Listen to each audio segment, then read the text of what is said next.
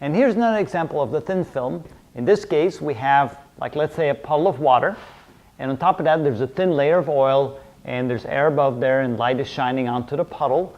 And sometimes, as you might have noticed before, when there's oil on top of a puddle, you see all kinds of different colors, different rings of colors shining everywhere. And so let's say that in our example, there's an observer looking down at a particular spot on the oil and sees yellow light being reflected off the film. And the question is, how thick should the oil film be in order for the observer to see yellow light being reflected back if sunlight is entering upon this puddle? And of course, the sunlight will then have all the various colors of the rainbow distributed throughout it, and only the yellow light is being reflected. So what is the thickness of the oil? So again, the first thing you do is say, okay, that means that the second ray that goes all the way through the oil and is reflected off the boundary between oil and water, that has to travel an extra distance, and it looks like the extra distance is equal to twice the thickness of the oil. And you say, well, wait a minute, that angle doesn't look like it's more than twice the thickness, and yes, it is, but I just drew it like that so it's easier to see. Let's just assume that these angles are so small that we don't have to worry about them.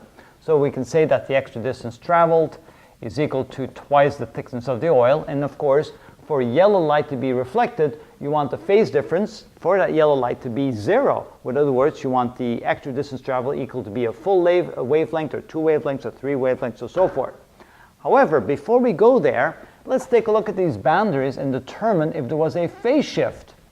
And notice a phase shift when light is reflected off a boundary will always occur when the index of refraction on the other side is greater than where the light came from. In this case, it came from air, and when the boundary was on the other side is oil, so the index of refraction is greater, and we can say, yes, there was a phase shift at this particular boundary. Then we get to the other side where we have the boundary between oil and water, and here the index of refraction on the other side is smaller than it is where the light came from. So here there will not be a phase shift, and so we write the letter N for no. So yes, there was a phase shift there, no, there was no phase shift there. Which means that the first beam that gets reflected already has an immediate 180-degree flip, or a half wavelength flip. The second beam does not have a wavelength shift. That means if the extra distance traveled was 0, the two waves would already be 180 degrees out of phase. So let's write that down. For t equals 0, for 0 thickness, then the shift in the wavelength, or the phase difference, I should say, maybe that's a better way to say it, the phase difference is already a half a wavelength.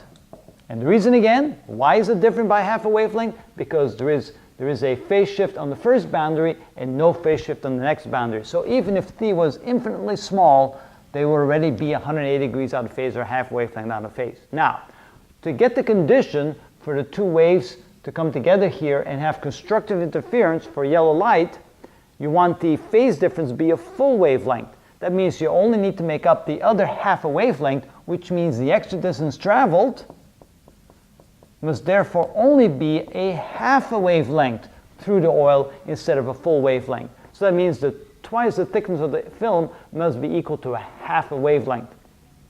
Not only that, since the light is traveling through oil and the index of refraction is not equal to 1, we have to make sure that we take into account that the wavelength will be different as it travels through the oil. So this will be equal to 1 over, or 1 lambda. Let me just write it like this. So, well, let's write it like this. 1/2 lambda divided by n, where n is the index of refraction of the oil. Now we're ready to go. So now we determined that the extra distance traveled should only be a half a wavelength, and is the wavelength of the light as it travels through the oil.